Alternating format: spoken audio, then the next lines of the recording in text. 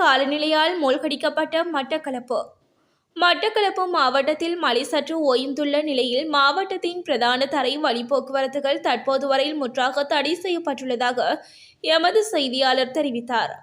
இதனால் மாவட்ட மக்களின் இயல்பு வாழ்க்கை பெரிதும் பாதிப்படைந்துள்ளது.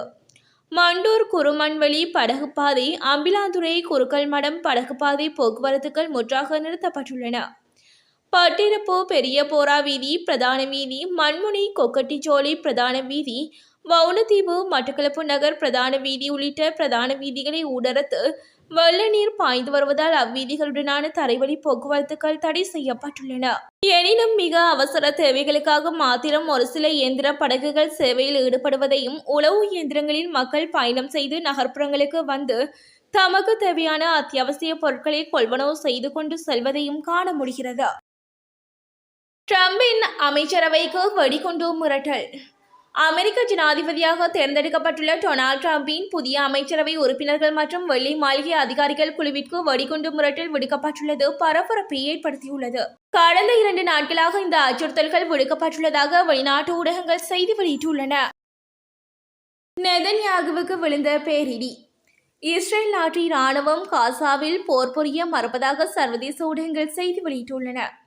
ஹமாஸ் அமைப்புக்கும் இஸ்ரேல் இராணுவத்திற்கும் இடையில் கடந்த ஓராண்டுக்கு மேலாக போர் நடத்தி வர இந்த ஹமாஸ் அமைப்பினரை இஸ்ரேல் பயங்கரவாதிகள் என அடையாளப்படுத்தியுள்ளன. இதற்கு ஹமாஸ் மற்றும் இஸ்ரேல் இடையே காலமாக நடந்து வரும் மோதல் தான் காரணமாகும். கடந்த ஆண்டு அக்டோபர் மாதம் 7ஆம் தேதி இஸ்ரேல் மீது ஹமாஸ் அமைப்பினர் ஏவுகணை தாக்குதல் நடத்தினர். இஸ்ரேலுக்குள் நுழைந்து அந்த நாட்டு மக்களை பணை கைதிகளாக பிடித்து சென்றமை குறிப்பிடத்தக்கது. 7 ஈரானிய பிரஜைகளுக்கு கொழும்பு நீதிமன்றம் விதித்த கடூழிய சிறை தண்டனை. 2019ஆம் ஆண்டு கொழும்பு மட்டக்குழி கரையோர பகுதியில் 425 கிலோவுக்கும் அதிகமான ஹெரோயின் போதைப் பொருளை கடத்திய குற்றச்சாட்டில் குற்றத்தை ஒப்புக்கொண்ட 7 ஈரானிய பிரஜைகளுக்கு கொழும்பு மேல் நீதிமன்றம் ஆயுள் தண்டனை விதித்துள்ளது. பிரதிவாதிகள் குற்றத்தை ஒப்புக்கொண்டதை அடுத்து கொழும்பு மேல் நீதிமன்ற நீதிபதி RSS சபுவித இந்த தீர்ப்பை வழங்கியுள்ளார். 2019ஆம் ஆண்டு ஜூலை மாதம் 12ஆம் தேதி கொழும்பு மட்டக்குழி பகுதிக்கு அருகிலுள்ள கடற்கரையில் 425 கிலோகிராம் ஹெரோயின் போதைப் பொருளை கொண்டு சென்ற போது காவல்துறை போதைப்பொருள் தடுப்பு பிரிவினரால் சந்தேக நபர் கைது செய்யப்பட்டுள்ளார். சீரற்ற காலநிலை, மேலும் 2 பரீட்சைகள் ஒத்திவைப்பு. நாட்டில் நிலவும் சீரற்ற காலநிலை காரணமாக உயர்தர பரீட்சை மேலும் 3 நாட்களுக்கு ஒத்திவைக்கப்பட்ட நிலையில் மேலும் 2 அரச பரீட்சைகள் பிற்போடப்பட்டுள்ளதாக பரீட்சைகள் திணைக்களம் தெரிவித்துள்ளது.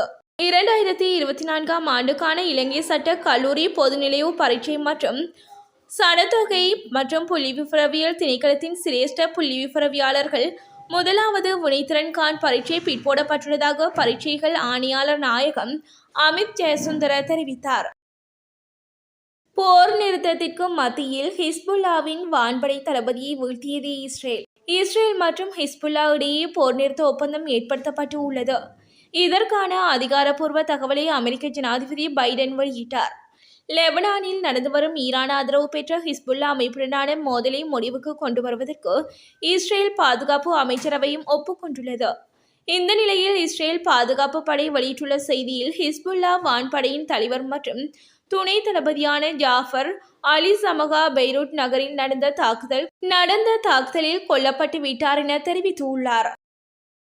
பெங்கால் புயலின் தற்போதைய நிலை என்ன? வடக்கில் கொட்டப்போகும் மழை. தென்மேற்கு வங்காள விரிகுடாவில் காணப்படும் ஆழமான காற்றழுத்தம் இன்று அதிகாலை 2:30 மணியளவில் திருகோணமலைக்கு வடகிழக்கு பகுதியில் 100 கிலோமீட்டர் தொலைவில் நிலை கொண்டுள்ளது. குறித்த நிலை இலங்கையின் கிழக்கு கரையை அண்மித்த வடமேற்கு திசையை நோக்கி மெதுவாக நகர்ந்து இன்று மேலும் வலுவடைந்து சூறாவளியாக மாறுவதற்கு இடமுள்ளதாக வளிமண்டலவியல் திணைக்களம் தெரிவித்துள்ளது. இதன் தாக்கம் காரணமாக நாட்டின் பல பகுதிகளில் மேகமூட்டம் அதிகரித்து இருப்பதுடன் வடக்கு மாகாணத்திலும் திருகோணமலை மாவட்டத்திலும் அதிகரித்த மழைவீழ்ச்சி மற்றும் பலத்த காற்று வீசும் என எதிர்பார்க்கப்படுகிறது.